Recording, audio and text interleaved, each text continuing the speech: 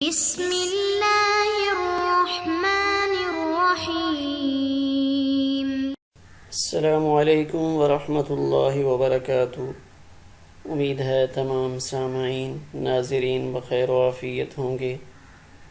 آج کتاب شرح عقائد کے سبق نمبر 43 کو پڑھیں گے۔ ہمارے سبق کی ابتدا ثم الظاہر کی عبارت سے ہوگی اور ہمارا سبق لحصر الاسباب فی الثلاثۃ کی عبارت پہ مکمل ہوگا۔ آئیے پہلے اپنے سبق کی عبارت کو دیکھتے ہیں۔ بسم اللہ الرحمن الرحیم۔ ثم الظاہر انہ اراد ان الالہام لیس سببا يحصل به العلم لعامة الخلق ويصلح للإلزام على الغير وإلا فلا شك أنه قد يحصل به العلم وقد ورد القول به في الخبر نحو قوله عليه السلام ألهمني ربي، وحكي عن كثير من السلف.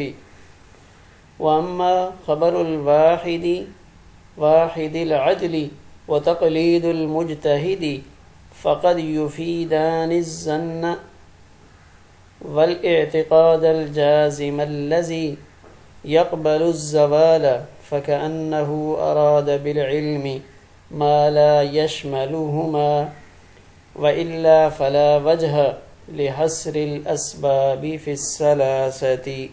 آئیے اب اپنے سبق کی عبارت کا ترجمہ کرتے ہیں۔ ثم الظاہر، پھر ظاہر یہ ہے کہ ماتن رحمہ اللہ بتانا یہ چاہتے ہیں کہ الہام ایسا سبب نہیں ہے جس سے علم حاصل ہو عام لوگوں کو اور صلاحیت رکھے لازم کرنے کی غیر پر، ورنہ کوئی شک نہیں ہے کہ کبھی اس سے علم حاصل ہو جاتا ہے، اور تحقیق کہ اس کا قول حدیث پاک میں وارد ہوا ہے، جیسے آپ صلی اللہ علیہ وآلہ وسلم کا ارشاد کہ مجھ کو میرے رب نے الہام کیا، وحکی عن کثیر من السلف، اور بہت سے سلف سے اس کو نقل کیا گیا۔ واما خبر الواحد، اور بہرحال ایک عادل شخص کی خبر اور مجتہد کی تقلید، تو یہ دونوں فائدہ دیتے ہیں ظن کا اور اس اعتقاد جازم کا جو زوال کو قبول کر سکتا ہو۔ تو گویا یعنی غالباً انہوں نے مراد لیا ہے علم سے ایسا علم جو ان دونوں کو شامل نہ ہو، ورنہ کوئی وجہ نہیں ہے اسباب کو تین میں محصور کرنے کی۔ ثم الظاہر سے ہمارا سبق شروع ہو رہا ہے، اور اس کا تعلق چونکہ پچھلے سبق کے ساتھ ہی ہے، الہام کی بات چل رہی ہے، تو یہاں سے الہام کے علم کی نوعیت بتا رہے ہیں کہ الہام سے اگر علم حاصل ہوتا ہے اور اس سے اگر اسباب علم میں سے مانا جائے تو پھر اس سے علم کس درجے کا حاصل ہوگا، ثم الظاہر سے یہ بتانا چاہ رہے ہیں۔ پہلے مصنف نے علم کے جن تین اسباب کو بیان فرمایا تھا کہ علم کے اسباب تین ہیں، وہ سبھی اسباب ایسے ہیں جو عامت الخلق کے لیے علم اور یقین کا سبب ہیں، اور ان سے ایسا علم و یقین حاصل ہوتا ہے جو غیر پر حجت بنتا ہے۔ تو یہاں سے ثم الظاہر سے الہام کے بارے میں بتا رہے ہیں۔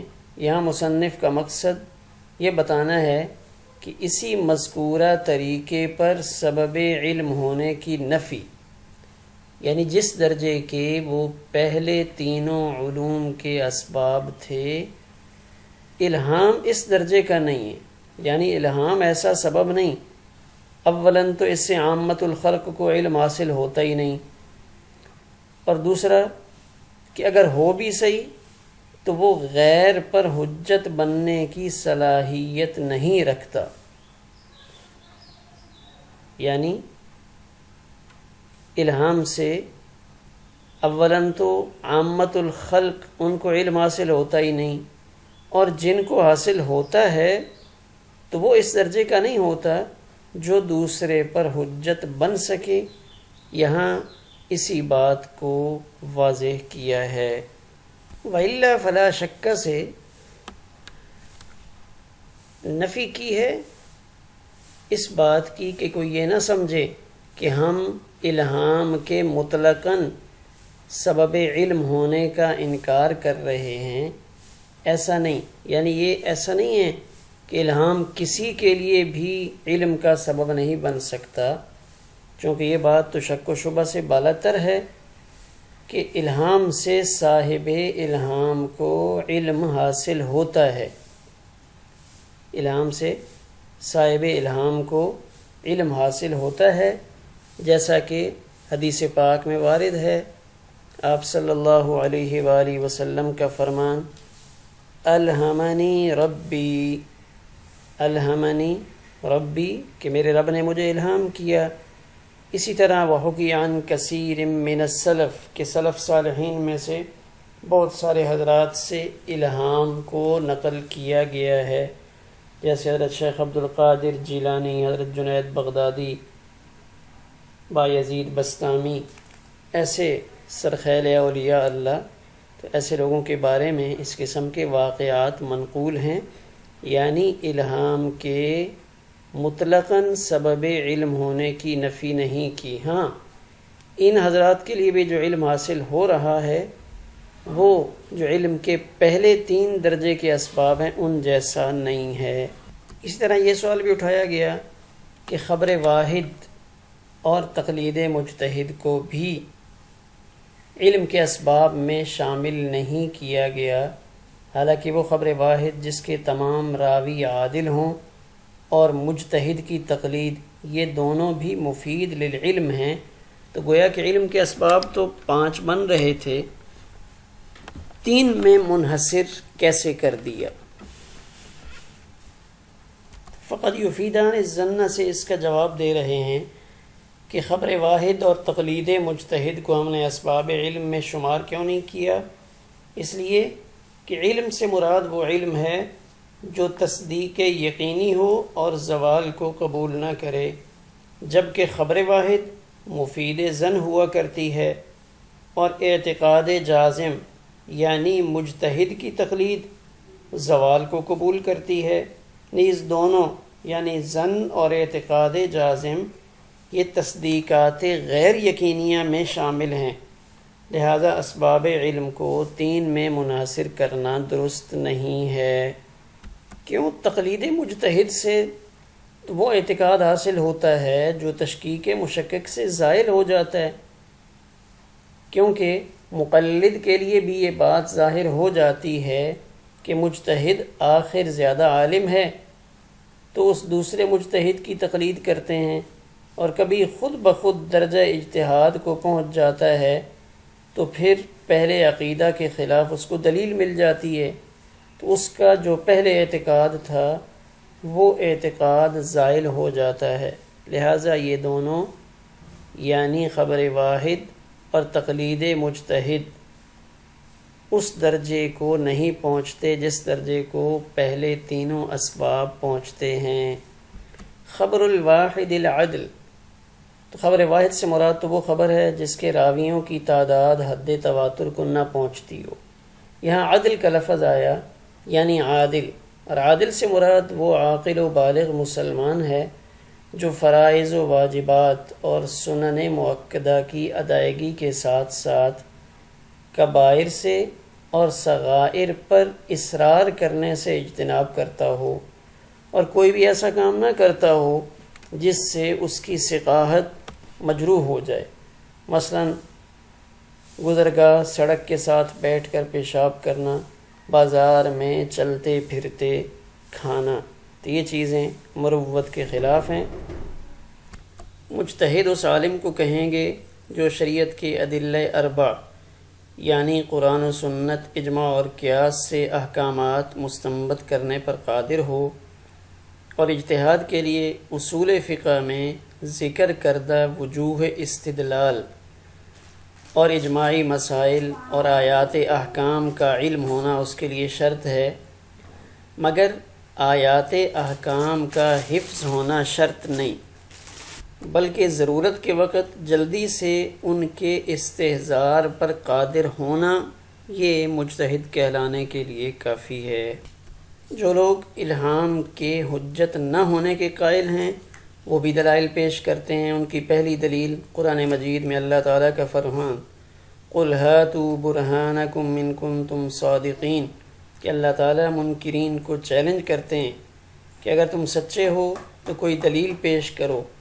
اگر الہام حجت ہوتا تو کفار کے لیے یہ ممکن تھا کہ دعوی الہام کرتے، لیکن انہوں نے الہام کا دعویٰ نہیں کیا، معلوم ہوا کہ الہام حجت نہیں۔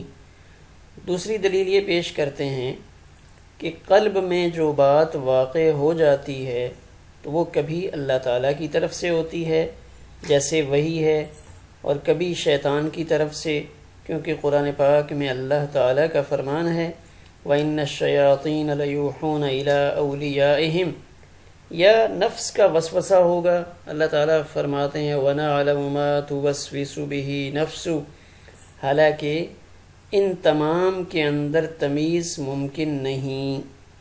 تیسری دلیل آپ علیہ السلام کا فرمان من فسر القرآن برأیہ فلیتبوأ مقعدہ من النار، کہ تفسیر بالرائے وہ حاصل ہوتی ہے نظر و دلیل سے جو اجماعاً جائز ہے، تو معلوم ہوا کہ رائے بغیر استدلال کے وہ مذموم ہے۔ تو یہاں ایک نقطہ ذہن میں رہنا چاہیے کہ تفسیر بالرائے سے مراد وہ ہے وہ تفسیر جو خواہش نفس کو سامنے رکھ کر اپنے ذاتی خیال کے تحت کی جائے، اور ویسے کی جائے جس سے ان مسائل کے اندر تغیر آئے جو اجماعی اور قطعی ہیں، یا ایسے عقیدے کے اندر تبدیلی آئے جس پر سلف کا اجماع تھا۔ بہرحال تفسیر جو دلائل کے ساتھ ہو اور قرینے کے ساتھ ہو تو شرعاً وہ تفسیر معتبر سمجھی جاتی ہے۔ الہمنی ربی، یہ عبارت محل نظر ہے کیونکہ گفتگو غیر نبی کے الہام میں ہے، نہ کہ انبیاء کرام کے، اس لیے کہ انبیاء کرام کا الہام تو قطعی ہوتا ہے اور اس کے سبب علم ہونے میں کوئی شبہ نہیں۔ ہمارا سبق اسی پر مکمل ہوا۔